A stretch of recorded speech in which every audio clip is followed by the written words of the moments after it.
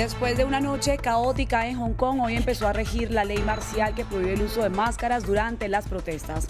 La jefa del Ejecutivo defendió la medida y dijo que no va a tolerar más vandalismo, al tiempo que miles de manifestantes desafiaron la prohibición y salieron de nuevo a las calles.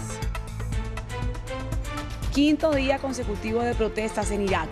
Al menos 73 muertos y casi 4.000 heridos durante las multitudinarias concentraciones, donde la ciudadanía exige al gobierno mejoras en los servicios básicos, oportunidades de empleo y medidas contra la corrupción.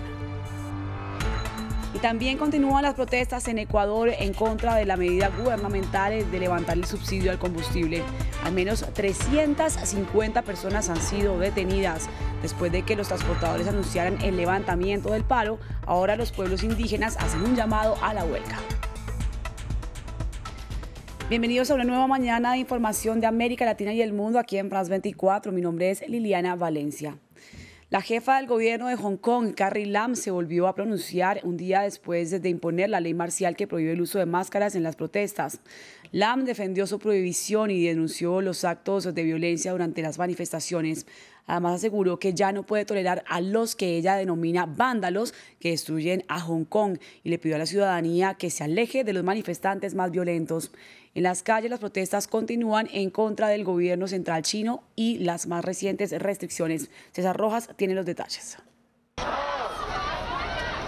Con máscaras y en las calles, los manifestantes de Hong Kong siguen protestando a pesar de la presión creciente en su contra y la prohibición de cubrir sus rostros. No es un crimen que usemos una máscara o cualquier cosa que puedas hacer para unirte a la protesta. Nosotros no somos los vándalos. En cambio, los miembros de la policía de Hong Kong son los vándalos ahora. Quiero decir, como usted puede ver, la policía no ha salido todavía y mire lo pacífico que es. Y en efecto, hubo violencia el viernes. Gases lacrimógenos y fuego en las calles. La policía disparó contra otro joven y el sistema de metro amaneció cerrado. La jefa de gobierno defendió la restricción. El gobierno necesita tomar medidas legales decisivas para enfrentar la violencia, restaurar la tranquilidad social, salvaguardar los derechos y libertades de los ciudadanos en sus vidas. No permitiremos que unos pocos vándalos perturben a la sociedad. De hecho, la ley antimáscaras ha sido implementada en muchos países avanzados europeos y americanos. La situación en el territorio especial de China y la implementación de esta ley, que no se usaba hace más de 50 años, provocó el pronunciamiento de la alta comisionada para los derechos humanos de la ONU. Ban on face covering during assemblies are in some circumstances used. La prohibición de cubrirse el rostro durante las movilizaciones en algunos casos es usada para atacar a grupos particulares y restringir indebidamente la libertad de expresión y la reunión pacífica. Así que la libertad de expresión debería ser permitida sin restricción al mayor nivel posible. Pero por otro lado, no podemos aceptar que las personas usen máscaras para provocar violencia. Esto tampoco es aceptable. 31 personas fueron llevadas a los hospitales el viernes, pero otros policías y civiles han resultado heridos en los enfrentamientos de los últimos días. Al menos 73 personas han muerto y casi 4.000 han resultado heridas durante las protestas en Irak, que ya cumplen su quinto día consecutivo. La ciudadanía exige al gobierno una mejora en los servicios básicos, nuevas oportunidades de empleo y medidas contra la corrupción. Las concentraciones se registran en al menos 2 puntos de Bagdad, la capital iraquí, donde las autoridades han intentado dispersarlas utilizando chorros de agua, gases lacrimógenos y, según algunas versiones, hasta municiones contra los manifestantes.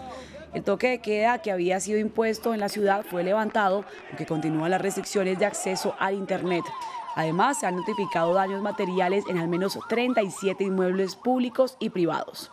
Vamos con nuestra corresponsal en Teherán, Catalina Gómez. Catalina, buenas tardes para usted y cuéntenos, hay dos versiones. Una que habla de que son protestas espontáneas y otra que son orquestadas desde el exterior de Irak.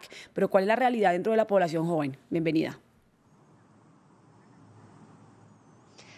Liliana, buenos días para ustedes. Estas protestas y estos reclamos de la población no son nuevas, ya los vimos en las elecciones parlamentarias del año pasado, cuando la participación de estos jóvenes fue mínima, porque lo que ellos protestaban era no solamente la corrupción del gobierno, sino también, por ejemplo, intervenciones de países como Estados Unidos e Irán. Es que hay que recordar que Irak es uno de los países más corruptos del mundo. Según la ONG Transparencia Internacional, ocupa el puesto 168 entre 180 países, y muchos de estos jóvenes, debido a esta corrupción, se han visto incapaces de incorporarse en la vida laboral. Pero ¿por qué estas protestas ahora? Primero, porque el gobierno no ha cumplido, y segundo, porque también cientos de miles de estos jóvenes se incorporaron a estas fuerzas durante la lucha contra el Estado Islámico, y ahora que han regresado a la vida civil, se ven abandonados por un Estado que está marcado, como decíamos, por la corrupción, pero también por la falta de electricidad, de agua, la falta de infraestructura en un país que tiene una de las mayores reservas de petróleo del mundo. Así que, hablando de quiénes se beneficiarían, aunque dicen que son espontáneas, también hablan los que son proiraníes, hablan de que Estados Unidos y Arabia Saudita están de un lado, pero hay otros que piden la renuncia del gobierno, el primer ministro Adel Abdul Mahdi. Catalina, gracias por la información desde Teherán, y continuamos con noticias de América Latina.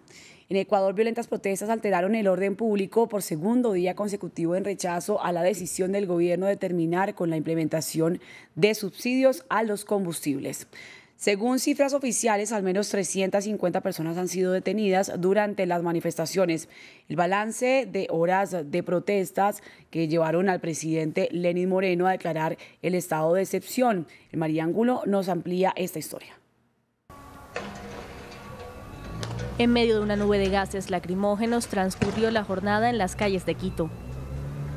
Lanzando piedras, decenas de manifestantes se enfrentaron a los agentes de las fuerzas de seguridad, que no dudaron en intentar reprimir sus expresiones de rechazo a la terminación de los subsidios al combustible. Pero más allá de las escenas violentas, están quienes insisten en que el diálogo es la vía necesaria para resolver las confrontaciones. Y tal vez el gobierno debería entender de que hay otras medidas y diálogos en las que podrían llegar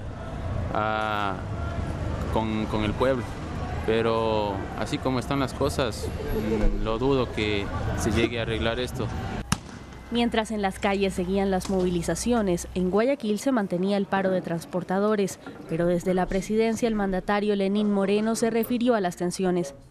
La medida está firme, no voy a cambiar de opinión, que quede absolutamente claro, no voy a cambiar de opinión. Dialogar, sí, para encontrar paliativos, vuelvo a recalcar, incentivos para aquellos que puedan haber sido afectados por la medida. Me alegro mucho la respuesta inmensa, mayoritaria del pueblo ecuatoriano para apoyar una decisión valiente del gobierno nacional. Aunque en el segundo día de protestas bajó la intensidad de los brotes de violencia, el precio de los combustibles incrementó sustancialmente, dado que el valor del galón de gasolina pasó de $1,85 a $2,39. Vamos entonces con nuestro corresponsal en Quito, Gustavo Ortega. Gustavo, buenos días. Y mientras los transportistas levantan el paro, se conoce que las confederaciones indígenas han convocado a una gran huelga a partir de este lunes. ¿Cuáles son las demandas entonces de los pueblos indígenas?